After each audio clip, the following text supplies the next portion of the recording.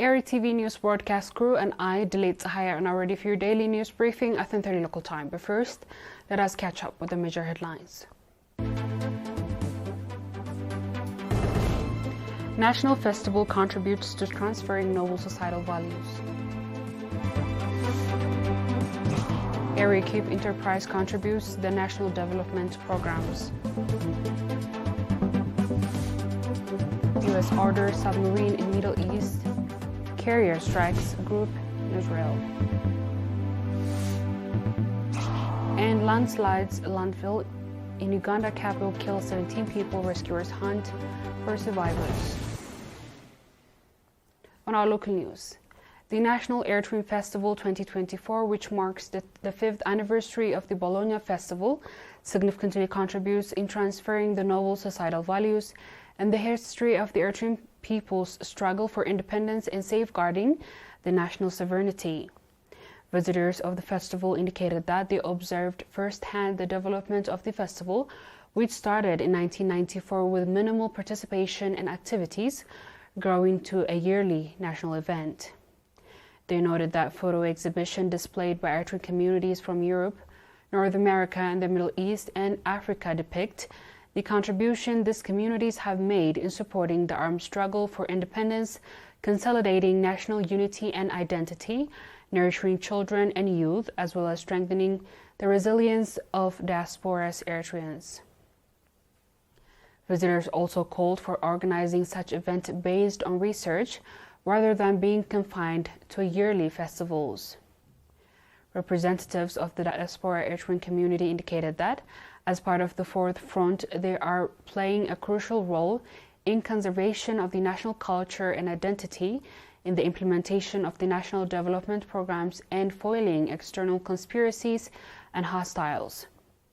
The gathering of the diaspora Eritreans that started in the 1970s by clandestine members of the EPLF and youth in Munich, Germany, took the shape of the festival for the Eritrean communities in Bologna since 1994 and has made significant contributions to the armed struggle for the national independence.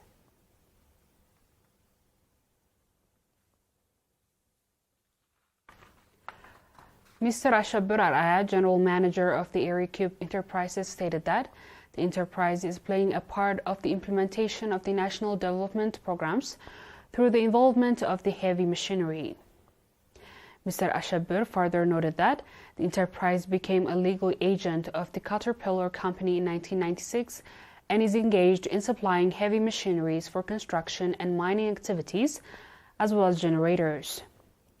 The enterprise also provides guaranteed maintenance service for the heavy machineries and generators.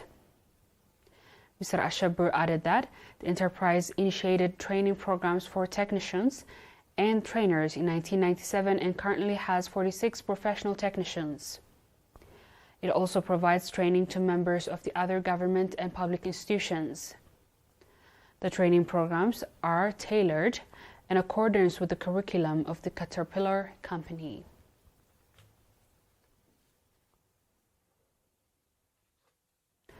The Eritrean community in Mainz and Stuttgart branch in the National Association of the Eritrean War Disabled Veterans extended material support worth 98,000 euros to the National Association. Mr. Angosom Misgana, representative of the Eritrean community in Mainz, and Mr. Hussein Khalifa, head of the Stuttgart branch of the association, delivered a document to support Mr. Mohammed Noor Idris, head of the organization and information of the National Association. The support includes wheelchairs, bicycles, and other household items that will facilitate the daily activities of disabled veterans. The representatives indicated that they have been extending support to the National Association of the Eritrean War Disabled Veterans and will continue to do so in the future. Dear viewers, we'll be back with the international news shortly. Just stay tuned.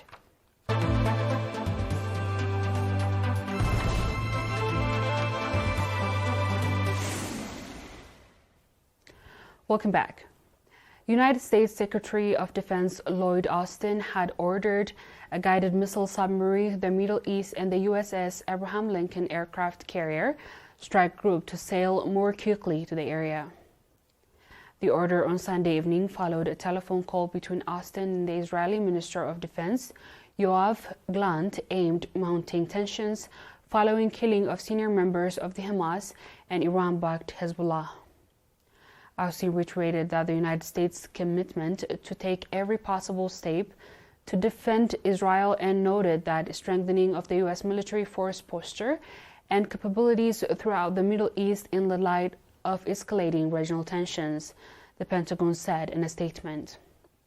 The USS Georgia, a nuclear-powered submarine, was already in the Mediterranean Sea in July, according to the U.S. military post on social media, but it is rare for the U.S. to publicly announce the deployment of the submarine.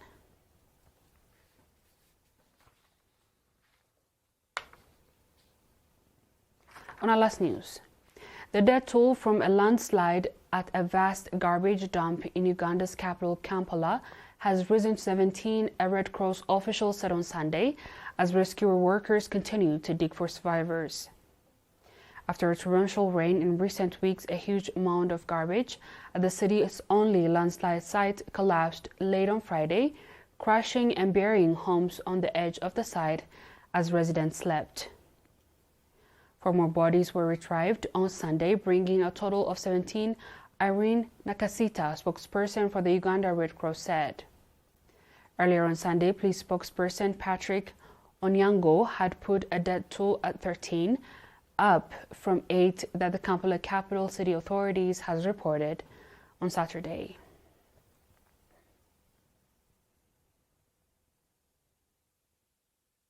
Dear viewers, we've come to the end of tonight's news. Let's have a quick recap of the headlines. National Festival contributes to transferring noble societal values. ERi-TV Enterprises contributes to the national development programs. U.S. orders submarine in the Middle East carrier strikes group to sail faster. And landslide at landfill in Uganda capital kills 17 people as rescuers hunt for survivors. That wraps up our stories for tonight. Thanks for watching and have a good night.